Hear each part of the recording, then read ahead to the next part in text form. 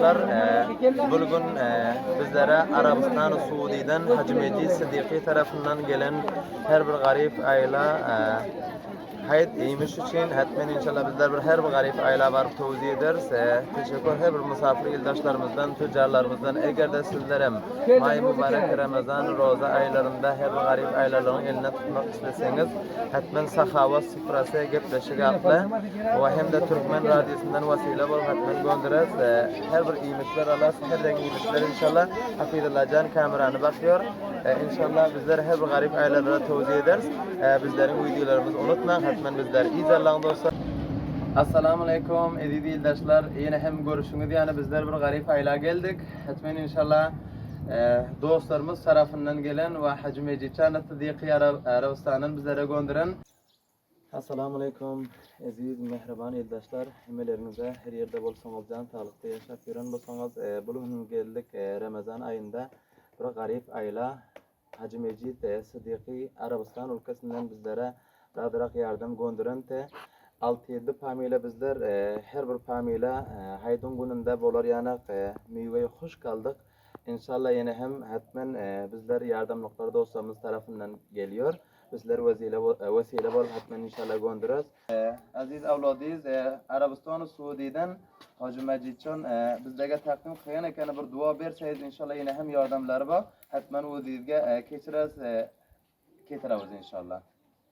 İnşallah hatmen aziz inağalarizden inşallah ta fazla kısayız mana video tarafından geçti inşallah hatmen bizde yine hem yardımlarızı inşallah ketiririz özlerizge ve bir aziz inağayız Mecidcan Sıdiki Arşayfşladır Arabistan Suudi'den bizlerin sadamızım işte ultiganeken hatmen işte ultigandır inşallah bir dua verseyiz.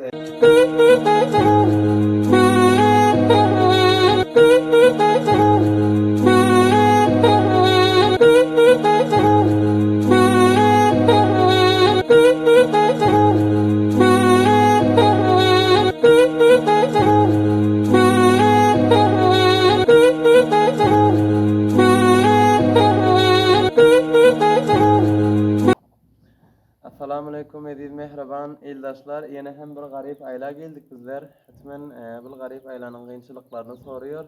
May mübarek Ramazan'da roza ayları. İnşallah bir sevap alsanız 1000 sevap bolar.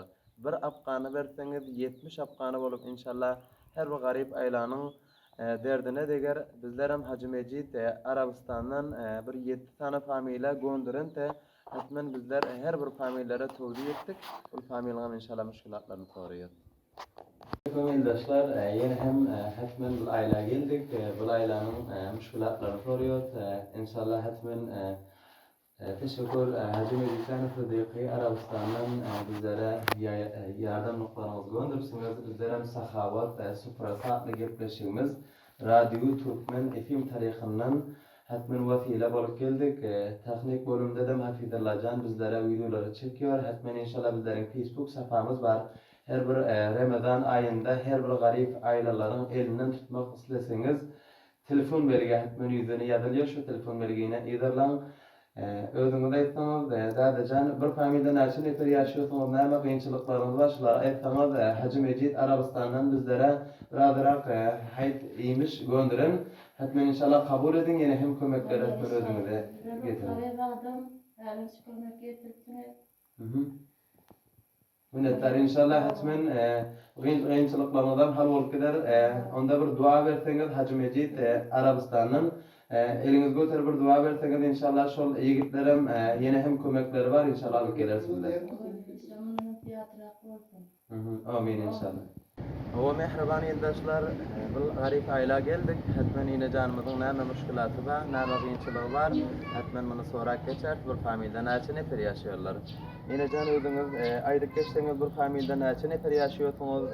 Näme kıyınçılıklarınız var. Hatmen doğumlarınız atacan mehriban inşallah tüccarlarımız dinliyor. Sesini duyuyorlar. Hatmen yine hem inşallah yardımlık otobüsler göndeririz.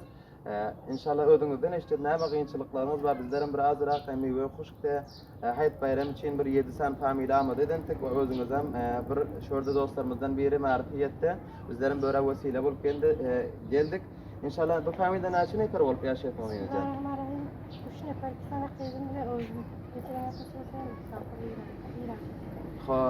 Öz yanınızda yokken yani uzakta kendiler näme familiňizde kynçylyklar bar, näme müşküller bar, haýtjak takazanız bolsa inşallah eldaşlarymyz dinliyor. Takazança hali var ama işten yoklar size teşekkür selamet olsun. Minnettar. Çığılımlar geldi. Hali var ama emin koyuyoruz.